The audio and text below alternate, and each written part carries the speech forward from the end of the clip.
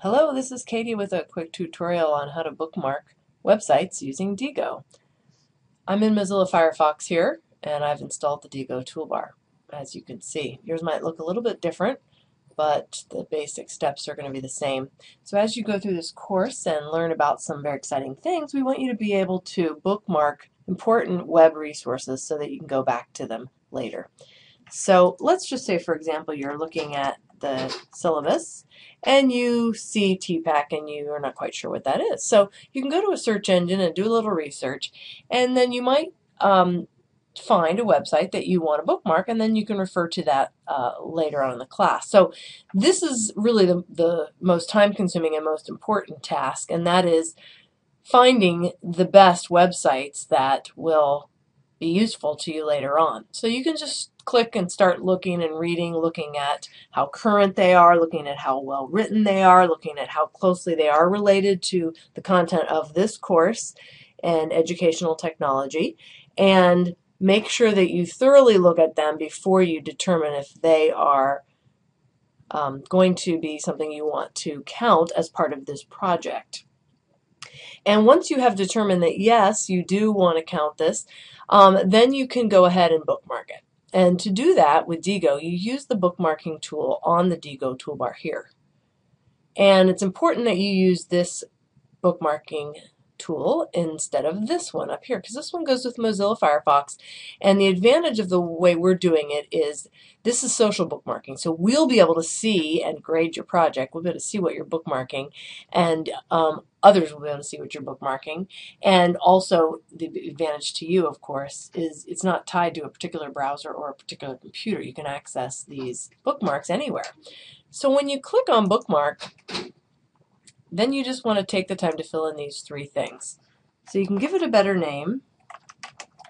You can give it some kind of a useful description, that's required.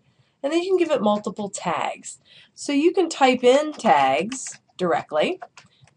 And you can also pick from recommended tags or use last time. And for this class, it would be useful for you to use EDFN 302 as one of your tags. Don't put a space or it'll consider it two separate tags unless you put quotes around it. So keep it to one word, or as I did, and put it together as if it were one word. And once you have given it at least 4 tags, this is the important thing, of course, that's how you're going to find it again, then you can hit save, and you have saved that bookmark. Now let's say here it is another day and you're trying to find that website again. So the way you find it is you can either go to Diigo if you're on a computer with the Diigo toolbar installed, or you can just go to the Diigo website and log in. And you want to just go to your library, and your library is going to list all of your bookmarks. So I've been using this for years, and that's why I have so many different bookmarks. Notice they're in reverse chronological order, so I could scroll down backwards to older ones. But the best way would be to look things up by tags. So my most recent tags used are here. My most popular tags that I've used more often, that I have used as identifying a website more often, are here. So I could just click on one of these, or I could just simply type it in.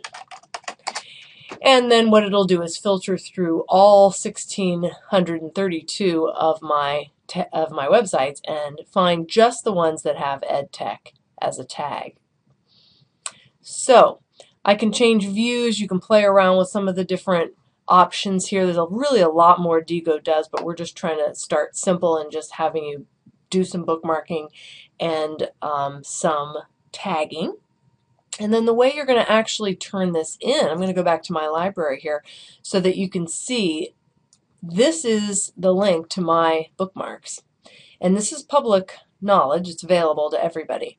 And that's why they do have that option to mark some private. But for this class, of course, we need to be able to see the websites that you're bookmarking. So you do not want to mark the ones for this project private. This is what you're turning in, this URL right up here. So it's got the Diigo website /user/ and then whatever your username is. This is my personal username, so yours will not be the same, of course. And then we will be able to see exactly when and what you've bookmarked. So we'll know if you did everything the last day. We'll know if you picked websites that aren't very high quality or that aren't related to the course. We'll be able to read the descriptions you've written, and we'll be able to see how you've tagged it. Notice you can, if you made a mistake and typed in something wrong or whatever, you can definitely edit things, you can delete things, but it is important to understand that you're not just bookmarking any old websites. That is not the point. The point is to create some really useful resources in this class that you can refer to in your career as a teacher. So hopefully that will help you get started on the Diigo project.